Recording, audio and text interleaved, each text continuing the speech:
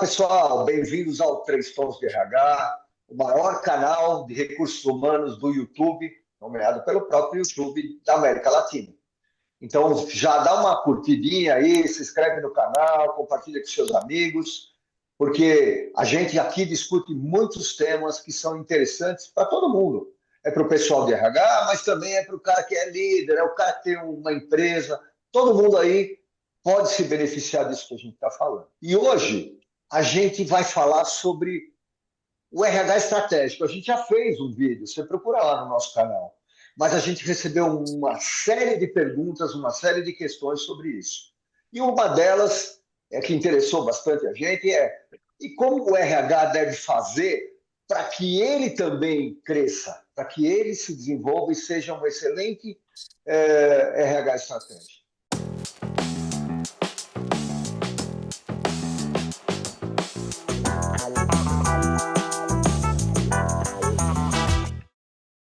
A Valéria Fernandes está com a gente, o Sérgio Constantini e eu, Celso Ju, que a gente está se divertindo aqui, batendo um papo muito sério, porém sobre temas que a gente adora conversar, que são temas que a gente ajuda todo mundo. Então, bem-vindos. E aí, Valéria, o que você acha que o RH, você que é uma excelente RH, né? Como o RH deve fazer para se desenvolver, para crescer, para ser um RH melhor sendo um RH estratégico? Olha, Celso, eu acho que foi muito legal, né, recebermos esta pergunta, porque de fato existe essa cobrança, mas não é tão claro, né? Talvez não existam tantos cursos tradicionais, hoje existe mais do que existia no passado, mas que enderecem, né, a este assunto. E eu acho até mais, né? Como é que um profissional de RH pode ir crescendo, né, na sua trajetória profissional? Bom, para mim, o início de tudo serve para qualquer profissional, mas mais do que qualquer um, recursos humanos. Um profissional que cuida de gente, que foca em pessoas, no seu desenvolvimento, né? No seu crescimento, na carreira, na organização tem que olhar para si mesmo. Não tem como você cuidar de alguém se você não se olha, não se cuida.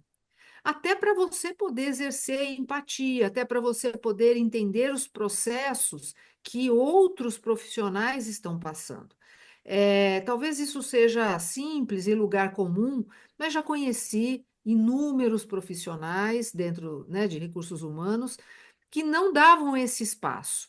Até porque a gente sempre se cobra muito, né, de termos as respostas, de olharmos sempre para o outro e nos deixamos de lado. Então, a primeira dica: não tem como você ajudar uma organização e as pessoas da organização se você não se prioriza. E aqui vale várias frentes, né?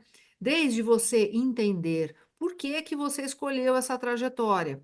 E aí me permita, não vale só falar, eu gosto de gente. É importante. Aliás, quem trabalha numa organização é importante que goste de pessoas, porque as organizações são feitas de pessoas. Mas você gosta de alcançar resultados através das pessoas? Este é um grande desafio. Então, se pergunte o que é que você está fazendo nessa cadeira. Acho que é a primeira coisa.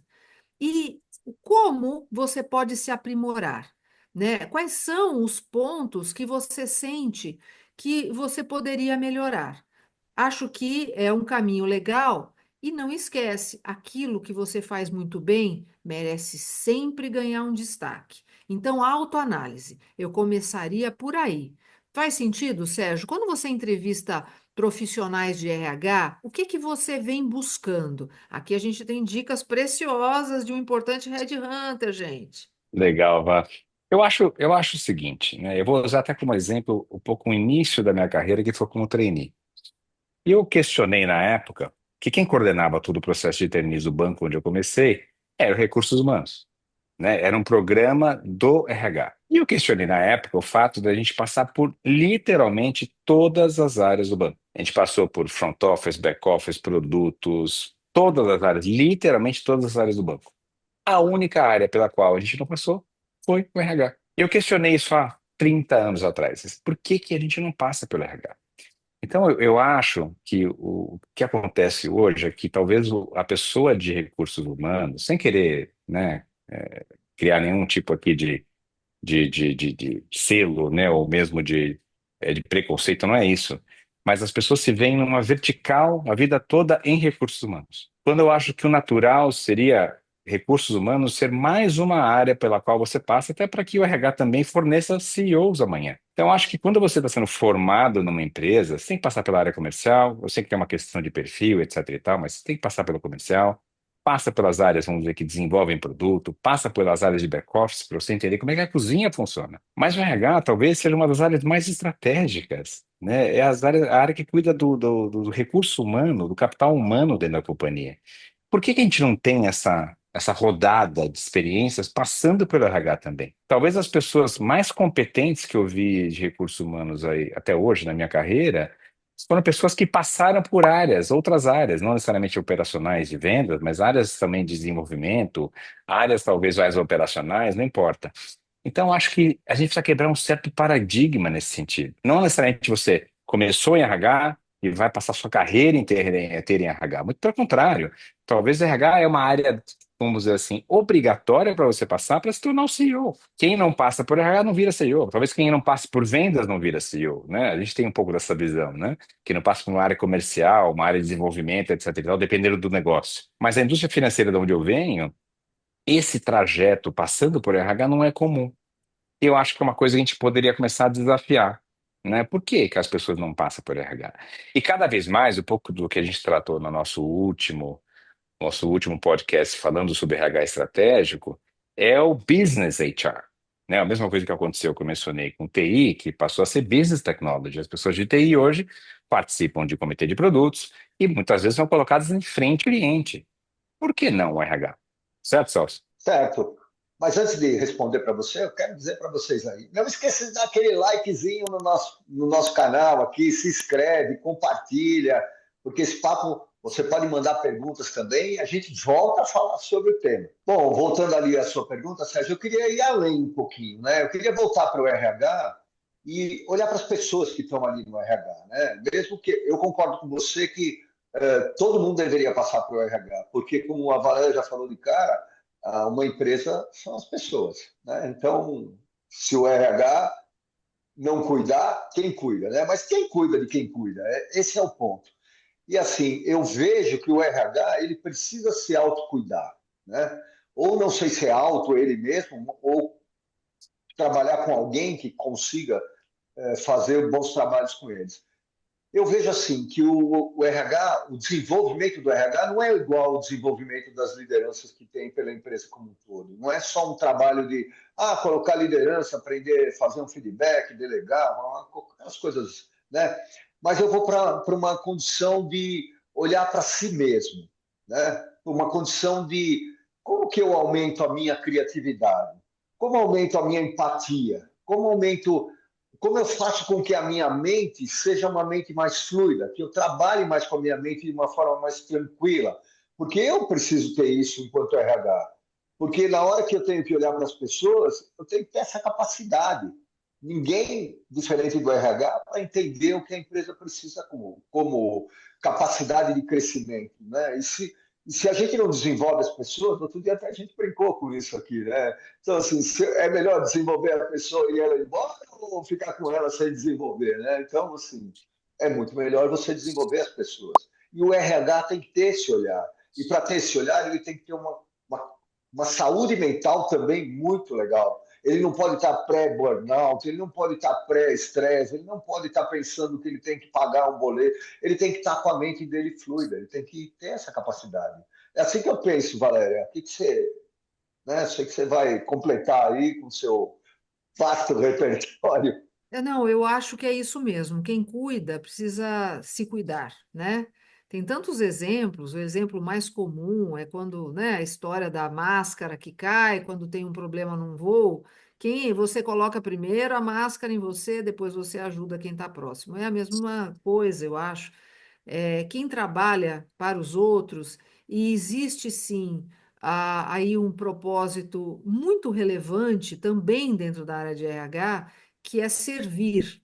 Então, uma área que serve aos outros precisa estar sempre preparada para fazer isso, né? Trabalhar a sua autoestima. Desde que montamos esse canal, há quase 5 anos atrás, eu tinha para mim aí um objetivo muito claro, que é impactar cada vez mais na autoestima das áreas de recursos humanos. Não é a primeira vez que eu falo isso, e talvez alguns não me entendam, mas eu não concordo que muitas vezes é uma das áreas com salários menores, né? Não digo que isso seja uma realidade em todas as empresas, não, mas eu já vi muitas onde isso aconteceu, porque se entende que é uma área que tem um papel diferente, talvez menor, porque está ali olhando para as pessoas, não impacta diretamente o resultado, não vende diretamente para o cliente. Mas olha, é ela que contrata quem vai vender para o seu cliente. É ela que garante que o profissional que vende para o seu cliente está engajado e que não vai embora levando todos os seus clientes. Olha como é relevante.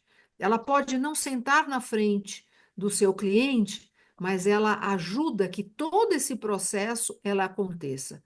Então, será que é justo que sejam os menores salários? E aí, eu não quero que ganhe mais, não é isso, mas que haja uma justiça em termos de contribuição. Então, eu volto lá. Quando começamos o canal, tinha muito nesse aspecto de autoestima. E eu acho sim que recursos humanos têm essa missão aí consigo próprio de trabalhar a sua autoestima, de realmente impor ali que a sua presença nas organizações, a sua contribuição é tão relevante quanto qualquer outra área que talvez não sente na frente do cliente, mas garante que na hora que um funcionário sente na frente do cliente, tudo funcione 100%. E isso é valiosíssimo, não é não? Não, eu acho, inclusive, que talvez a gente tenha que repensar um pouco a maneira vamos dizer assim, de remunerar, ou vamos dizer assim, de bônus, etc., para recursos humanos. Porque se você coloca a pessoa correta no lugar certo, independentemente de ser vendas ou produto, não importa, aquilo trouxe valor para a organização. Então, esse é um trabalho, né, do RH, geralmente junto com o Headhunter, etc., mas aquilo trouxe um valor para a organização. Como é que você remunera, como é que você, na verdade, reconhece o RH por aquilo, né, por aquela escolha, né? Então, eu acho que a gente, de novo, a gente quer que o RH saia dessa função muito operacional e seja percebido como uma função estratégica, mas isso também depende, Valéria e Celso, da postura do profissional de RH. O profissional de RH tem que conquistar esse espaço, ele tem que galgar, na verdade, esse movimento interno das companhias e talvez até externo, ele tem que buscar conquistar um território diferente.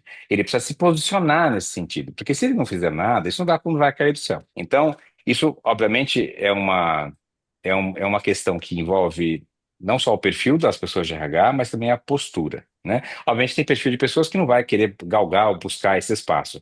Então, tem aí um task force importante para que o RH realmente se justifique como mais estratégico, que seja percebido em todos os grandes fóruns internos que a companhia faz, até com clientes também, que o RH apareça. Até porque, como é que você vai ler a organização para buscar as pessoas corretas, para definir vamos dizer assim, o programa de remuneração, para definir o programa de desenvolvimento, se você não sente o termômetro da companhia corretamente? Você precisa sentir o termômetro. O que está acontecendo? A gente está sendo pressionado pelo concorrente, a gente está perdendo dinheiro, a gente está tendo perdas em crédito, a gente está precisando crescer no segmento XYZ, né? Porque a gente está muito focado no varejo, quer crescer no middle. Se o RH não tiver com isso no radar, ele não consegue contribuir. Então, esse envolvimento com o negócio, a gente volta a insistir, envolvimento com o business, mas não é um envolvimento superficial. De fato, o envolvimento com o business é muito importante. Para isso, ele precisa participar das discussões, toda a iniciativa interna da companhia, até, porque não, conhecer clientes, participar desse front office, né? Conhecer como é que o mercado percebe a instituição. Certo, Celso? Certo, certíssimo, não é só certo, certíssimo. Então, olha, você já viu aqui que para essa discussão, não é só aprender a preencher planilha, a fazer cursinho disso, cursinho técnico daquilo. Para ser um RH estratégico, você precisa muito mais que isso. Você precisa postura, você precisa posicionamento, você precisa tratar de você, você precisa aprender uma série de coisas. A gente aqui do Três Tons pode voltar a falar sobre isso. Escreve aí para a gente, dá um like, compartilha, que a gente está aqui à disposição para vocês. Tá bom? E a gente vai ficando por aqui. Agradeço a Valéria, agradeço ao Sérgio. E estamos por aqui. Acompanhe a gente aí sempre no canal.